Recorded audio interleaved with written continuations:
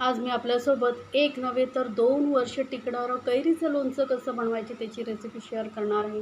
हे लोणचं बघा ना, काय मस्त दिसतंय. बघताच तुमच्याही तोंडाला पाणी सुटलं असेल. मस्त असं हे रसरशीत कैरीचं लोणचं कमी तेलामध्ये आपण बनवणार आहोत. पण एकदम परफेक्ट रेसिपी तुम्हाला सांगणार आहे. लोणचं खराब होऊ नये, त्याला बुरशी पकडू नये, म्हणजे कैरीच्या ज्या फोडी असतात त्या नरम पडू नयेत, यासाठी कोणकोणती काळजी घ्यायची हे सर्व मी डिटेलमध्ये माहिती तुम्हाला सांगितलेली आहे. तर व्हिडिओ पूर्ण पहा म्हणजे कळेल. तर त्यासाठी इथे बघा मी घेतलेल्या आहेत कैऱ्या.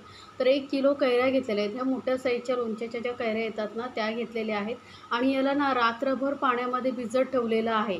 म्हणजे काय होतं, यावरती जो डीक वगैरे असतो ना, तो निघून जातो. बाजारातून आणताना लक्षात ठेवा, कैरी चांगली दाबून घ्यायची. म्हणजे काय होतं, कळतं आपल्याला कैरी कडक आहे की नरम. नरम असेल तर लोणचं लवकर खराब होतं, त्यामुळे कडक कैरी घ्यायची. आता कैरी स्वच्छ धुवून त्यानंतर याला चांगलं असं कॉटनच्या कपड्याने पुसून घ्यायचं. यामध्ये आपल्याला पाण्याचा अंश अजिबात नको आहे, त्यामुळे कैरी चांगली पुसून घ्यायची. आता याची आपल्याला फोडी करायची आहे. तर वरचा जो देठाकडचा भाग आहे ना, तो आपण असा काढून टाकायचा आहे.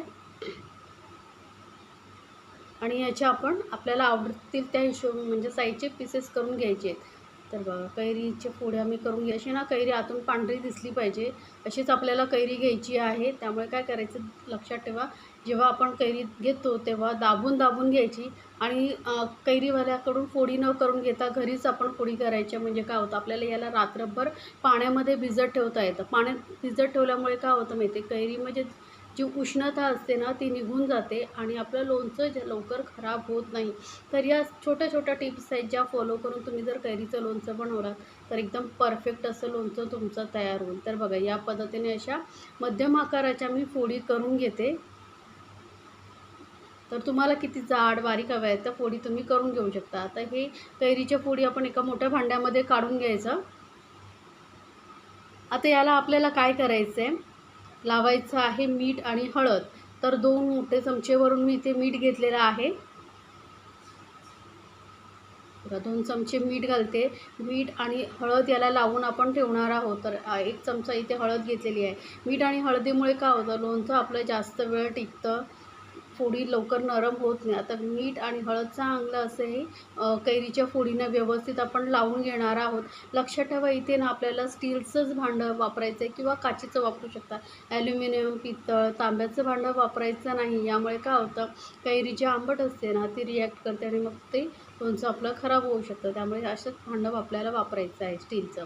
त्यानंतर आता आपल्याला अशी एक जाळी घ्यायची आहे किंवा तुम्ही कापडामध्ये बांधूनही ठेवू शकता. जाळीवरती ठेवायचं आणि याला कमीत कमी 7 ते 8 तास किंवा पूर्ण रात्रभर झाकून ठेवायचं आहे. म्हणजे काय होतं, यामधलं जे पाणी आहे ते निघून जातं आणि आपली कैरी जास्त वेळ कडक राहते.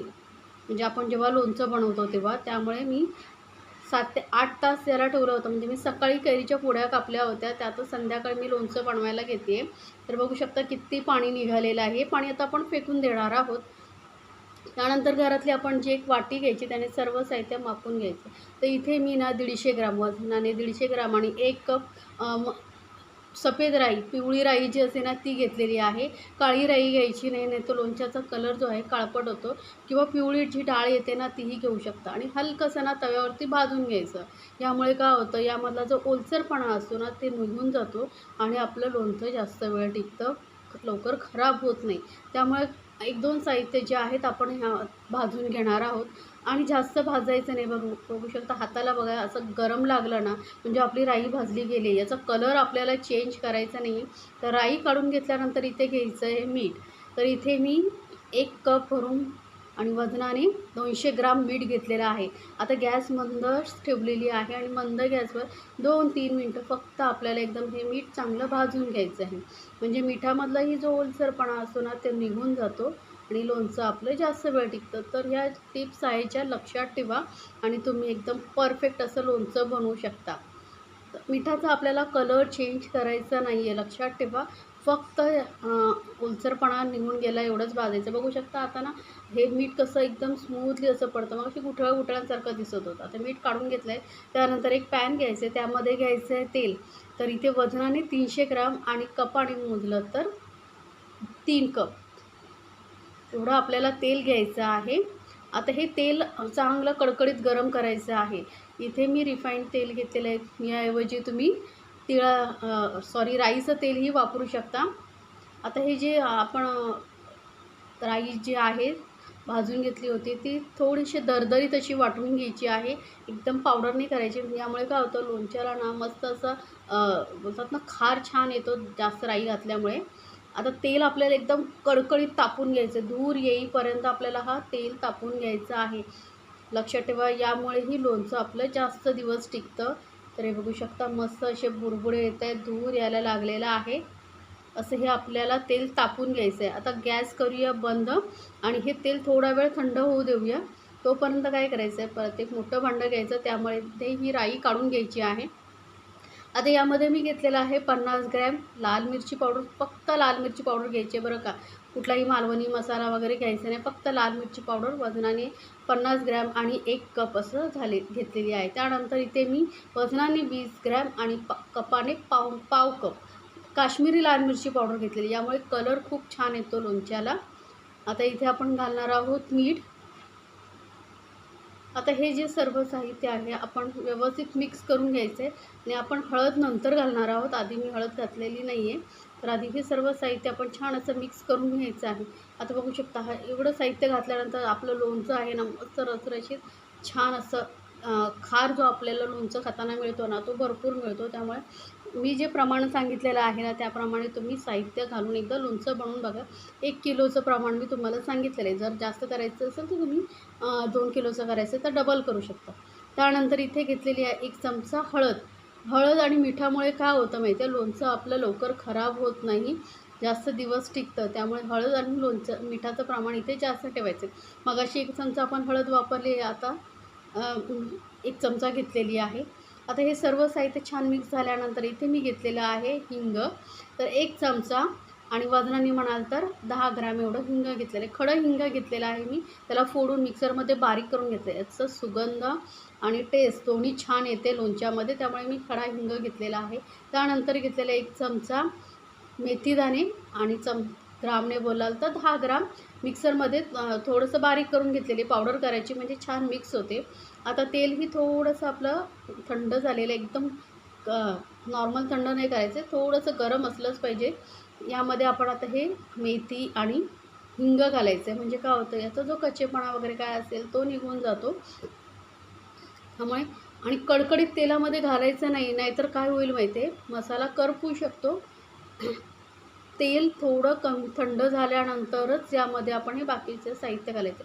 आता बघू शकता हिंग आणि मेथी दाणे घातल्यामुळे काय होतं त्याला छान असं फेस आलेलं आहे. आता हे लगेचच तेल आपण जे आपण मसाले मिक्स करून ठेवले होते त्यावरती घालायचं आहे आणि लगेचच आपण हे मिक्स करून घ्यायचं. आता हे तेल कोमट असल्यामुळे काय होतं, आपण यामध्ये लाल मिरची पावडर वगैरे वापरली आहे, ती मस्त यामध्ये तेलामध्ये छान अशी भाजली जाईल. एक तर लाल मिरची पावडर जेव्हा बनवतात तेव्हा ते भाजतातच, पण आपण असं थोडंसं तेलामध्ये भाजल्यामुळेही त्याचा कच्चेपणा जो असेल उरला ओलसरपणा वगैरे तो निघून जातो. त्यामुळे थोडं कोमट तेलामध्येच हे मसाले छान असे मिक्स करून घ्यायचे. आता हे बघू शकता आपण यामध्ये मिरची पावडर काश्मीरी लाल मिरची पावडर घातल्यामुळे मस्त असं रसरशीत हे लोणचं तयार झालेलं आहे. आता बाहेरून मसाला कशाला विकत आणायचा, घरच्या घरी आपण सोप्या पद्धतीने जर लोणच्याचा मसाला बनवू शकतो जसं आपल्याला पाहिजे तसा, तर मग बाहेरचा न आणता घरीच बनवा, परफेक्ट तुमचं लोणचं तयार होतं. आता ह्या मसाल्यामध्येच आपण हे ज्या कैरीच्या फोड्या आपण पाण्यामधून मीठ लावून ठेवल्या होत्या ते घालून घ्यायच्या आहेत. यामुळे काय होतं यामधला जो पाणी असतं ना ते निघून गेल्यामुळे कैरीच्या फोड्या आपल्या लोणचं संपेपर्यंत कडकच राहतात, नरम पडत नाही, त्याला बुरशी लागत नाही. त्यामुळे ही पाणी काढून टाकण्याची स्टेप करणं खूप गरजेचं आहे. जर तुम्ही अशाच डायरेक्ट फोडी वापरल्या तर लोणच्याला लवकर बुरशी लागते, फोडी ज्या आहेत लगेचच नरम पडतात. त्यामुळे हे करणं गरजेचंच आहे. आणि उन्हामध्ये वगैरे वाळवायची काहीही गरज नाही, फक्त मीठ लावायचं, हळद लावायची आणि झाकून याला ठेवून द्यायचं, म्हणजे यातलं पाणी निघून जातं. नाहीतर तुम्ही काही लोकं असं करतात की उन्हामध्ये वाळवतात, त्यामुळे काय होतं माहिती आहे, कैरी सुकते आणि ते जो आपण मसाले वगैरे बनवते ना ते लोणच्याची फोड शोषून घेत नाही, त्याच्यामध्ये उतरत नाही तो फ्लेवर, त्यामुळे मग ते लोणचं खाण्यासाठी बरोबर लागत नाही. तर या पद्धतीने एकदा नक्की बनवून पहा. बघू शकता मस्त मिक्स करून घेतलेलं आहे. तेलाचं प्रमाणही बरोबर आहे. आता हे जे मी तेलाचं प्रमाण सांगितलं आहे 300 ग्राम 1 किलोसाठी, तर ते बरोबर आहे. आता पेक्षा तुम्हाला जर जास्त लोणचं मीठ तेल हवं असेल तर थोड्या दिवसांनी तुम्ही घालू शकता. आता इथे आपण काचेच्या बरणीचाच वापर करायचा आहे बरं का. प्लास्टिकचा किंवा स्टीलचा वगैरे वापर करू नका लोणचं ठेवण्यासाठी. आणि लोणच्याची बरणी जी आहे चांगली उन्हामध्ये व्यवस्थित वाळवून घ्यायची आहे. चांगली यामध्ये ओलसरपणा अजिबात नको आहे. तर वाळवून घेतलेल्या बरणीमध्ये छान असं लोणचं भरून घेतलेलं आहे बघू शकता. आणि हे जसं थोडा वेळ राहील ना लोणचं 1-2 दिवस, तर छानसं आपोआप तेल सुटेल. आणि तुम्हाला जर जास्त तेल अजून आवडत असेल तर तुम्ही वरून थोडं तेल चांगलं गरम करायचं, थंड करायचं आणि नंतर यावरती घालू शकता. म्हणजे तुम्हाला जर रसरशीतपणा जास्त हवा असेल तर तुम्ही असं करू शकता किंवा या प्रमाणामध्येही लोणचं छानच लागतं. तर एकदा नक्की बनवा आणि मला सांगायचं बरं का तुम्हाला ही रेसिपी कशी वाटली. अशा छान छान रेसिपीसाठी आपल्या चॅनलला सबस्क्राईब करायला विसरायचं नाही बरं का. आणि सोबतच बेल आयकॉन असते ना त्यावरतीही क्लिक करा. म्हणजे काय होईल, माझे जे नवीन रेसिपीची नोटिफिकेशन आहे ना ती तुमच्यापर्यंत पोहोचेल. आणि तुम्ही हा व्हिडिओ कुठून पाहताय तेही मला सांगायचं आहे बरं का.